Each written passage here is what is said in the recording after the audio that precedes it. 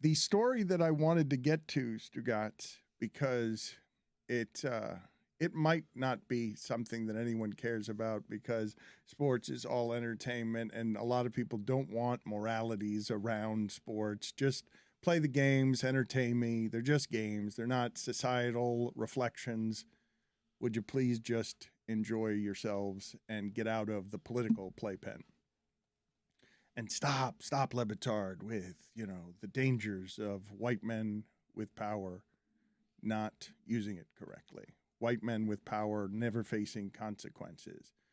White men with power, Daniel Snyder can run everything into the ground, and it's $6 billion. Vince McMahon. Now, I don't do a lot of, Stugotz, the judging of public figures. I try to abstain from just the eviscerating of human character. Same. Vince McMahon, truly horrible. And I've been entertained by wrestling, and I grew up watching him when he was just a sideline guy, like a reporter. He was Mean Gene Okerlund. Like, I've seen his 40 years dominating the sport from like The Voice to now he's back in power. He's running WrestleMania. Mike's coming back from WrestleMania. And Vince McMahon is back in power. And maybe you don't care.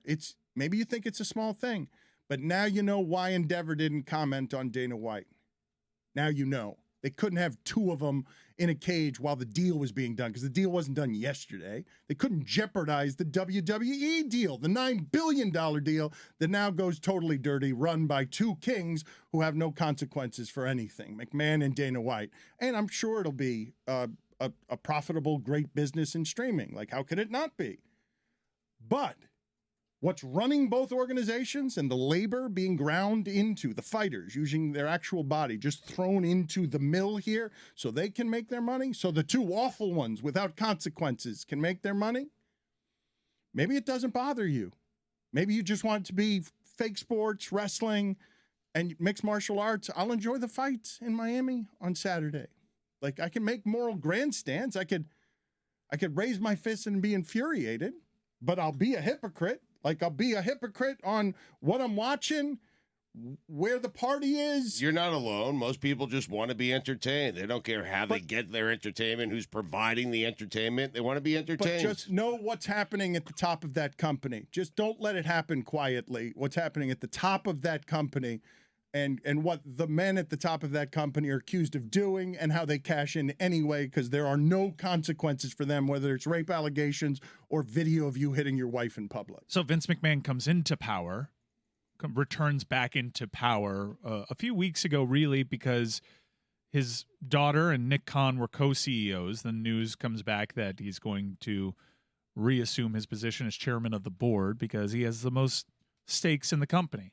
And you can't approve a sale without the approval of someone with the most shares in the company. So he really Logan Roy'd this one. It's Succession. Amazing dirty power. Like, what a dirty power play back to power in a mustache. Here's the mustache is wild. It's Vance McMahon. He's come back as a it's wrestling. Vicente. I know. Oh, and hair dye. He dyed his hair. He did? Yes. That hair is dark. He did? Mike, Yes. He's in disguise. What? He's wearing a disguise. You're saying that's hair dye? So with Dana White, you heard Dana White, and I think many people realize that cancel culture is only real if you're governed by some shame. If the person that's guilty of all these things that are worthy of being, air quotes, canceled, they're governed by shame, like Al Franken was, or how even Vince McMahon was at the start of all this during the New York Times reporting. There are some punitive measures. But if you just persist in the face of it, you're pretty Teflon. And Dana White sat there and explained, suspending me would only punish the UFC because I am the only one capable of running this. Vince McMahon may have had the same pitch to Endeavor. But here's the thing. They're actually doing great without Vince McMahon. The business, every quantifiable metric that you would do to boost your market value, the creative, the television ratings were bouncing back with Vince McMahon out of creative, and morale was up. Wrestlers that had left that company wanted to come back because Triple H was there, because they were all beaten into the ground by the bad morale that surrounded Vince McMahon. And yesterday, Vince McMahon running the full show again, running in gorilla position, which is where basically the director of everything is running, and morale low again. By the way, all reports from people that cover the sport. True fact, as a lifelong wrestling fan, that I'm embarrassed to admit to you, that I thought legitimately plausible and confused me at the beginning when I read the phrase gorilla position and did not know that in wrestling there is someone who stands at the center of the spectacle and entertainment known as the gorilla. I thought Vince McMahon went yesterday in a gorilla costume. Jesus Christ. So that they wouldn't know that he was there. It's actually named after Gorilla Monsoon, who would be positioned there during television broadcasts because even though he was owning the WWE at the time, Vince McMahon was also the voice of the WWE, so you needed someone to actually run the broadcast from backstage, and Gorilla Monsoon would do that. And now if you're running a show, you're running it from Gorilla. But wait, what are you laughing about, Well, Cody? I much prefer the image of Vince McMahon It's great. showing up in a gorilla suit. Why? Because he doesn't want to be noticed. Or because he's not allowed to be there, because he's been banned Right. from the facility because That's they what the don't want him mustache is near the for. power or the morale. It's just funny because the general vibe, and WrestleMania was a great atmosphere, and you actually kind of feel better about supporting the product if Vince McMahon isn't this major cult of personality that is driving everything. There was a lot of positive momentum around Triple H's creative and the product kind of turning around and getting away from some of the Vince-isms that have plagued the industry a little bit. And it seems as though no one really wants this except for Vince McMahon and Endeavor. They want Vince McMahon to be in that position, to be running things. They also want Nick Khan to be killing it. He's absolutely killing it. Honestly, if Roger Goodell decides to leave the NFL, I would hire Nick Khan to be the commissioner of the NFL. It seems as though everything Nick Khan touches turns to gold. And he's saying to make a ton of money from this deal because he had a bunch of equity in there. And I was wondering, all right, that was kind of the mission accomplished. What does Nick Khan do now? No, he's just going to accrue more power. Well, Mike, Nick Khan, for those who do not know, I think this was happening with Skipper at ESPN. All of Nick Khan's people in the agent business, all of them were running ESPN. They were. It felt to people like Nick Khan at ESPN was the one putting people into all of the positions. Well, he worked at CAA. You're saying that agency kind of felt like it was running ESPN. But Nick Khan in particular was such a dominant figure. If you were looking at some of the highest paid talents in ESPN's employ, were Nick Khan. But this is so. I think this was happening in or around Skipper's tenure, and Skipper speaks highly of Nick Khan. But so you've got this shark with McMahon. And Endeavor is run by Mark Shapiro, the former ESPN president, I think. Is it? But he's going to be put as president of this, but it was really kind of sad. They made Triple H do this whole spiel. We're not going anywhere. It's going to be the same WWE. And that would have been a great rah-rah speech if it were actually coming from Triple H and not written down for him by the new head of creative and Vince McMahon again. So it's an interesting time for WWE. There's a lot of transition. They're trying to project that it's going to be the same.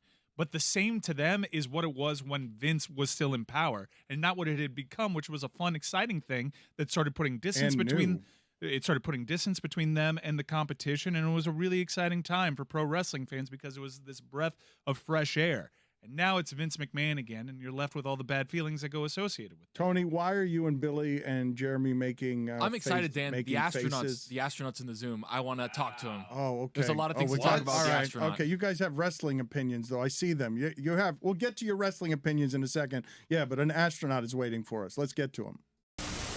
Do you think we're ever going to get a card that's UFC and WWE now that they're the same company? It's inevitable. Ooh, yeah, that's a good question. I like that. That's going to be wild.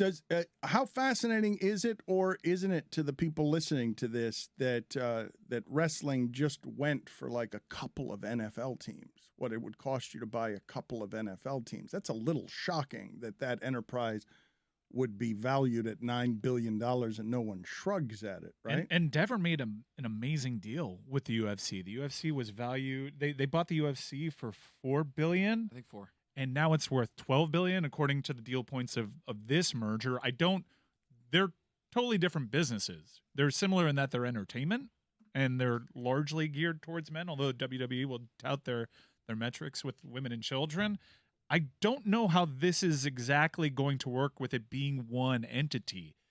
they assure, if Vince is in charge, which it would appear that he's come back and he's fully back, then he's not going to allow it to feel like anything else. It'll be a lot like the UFC with Dana, just an iron fist, a person that doesn't care about PR. Why can't they just run in different silos and exist as two streaming companies? It was weird, but why combine the companies? That's what they could have spun it out. It was already a privately privately held company, and then it went public, and you couldn't just merge it with Endeavor. I'm curious as to why they spun it off with UFC. I would love to know what the plan is to have those two entities specifically. Are they going to bundle up their rights? WWE media rights deal, that is up next year. That is going to be a monster. And I guarantee you they're going to get a good price for it if Nick Khan is handling the negotiation. What we witnessed on Monday is a sports mega deal. Is one of the biggest deals in the history of sports. The day has come where Vince McMahon has finally sold a controlling interest. This does set up, even though he's got the majority of stakes, it does set up a way where he could be forced out. But if he wasn't forced out by the New York Times investigation, what? And he's with Endeavor, who clearly doesn't care about these things. Didn't he need a hiding place? I don't know the mechanics of these deals, and perhaps CEOs, like, it is pretty legendary knowledge that people at the top of companies, it takes a ton to get them out of there. He kind of needed a hiding place to not actually go, right? To not leave. He had to do a lot of maneuvering to pull levers. Is it suspicious for me to say that him teaming up here is probably because he needed it in order to stay as close to the power as he wanted to? Yes, because he convinced Endeavor that he's the guy. He's the one that makes it run. And I'm telling you, they were doing fine without him. It is absolutely Succession. He did not want to give it to his kids. He pushed out Stephanie. The son-in-law who was running creative to much fanfare is now pushed out as basically an on-camera guy again. He even down to making Shane McMahon take one final cheer before the company sold, and a company that he wasn't inheriting. Did you know that Shane McMahon wanted to purchase the UFC and was talked out of it by his father? And now his father is sold to Endeavor and is part of this UFC company. He sends his son out there for one final cheer, and his son promptly blows out his quads. It was like if this was an episode of Succession, it'd be 2 on the nose.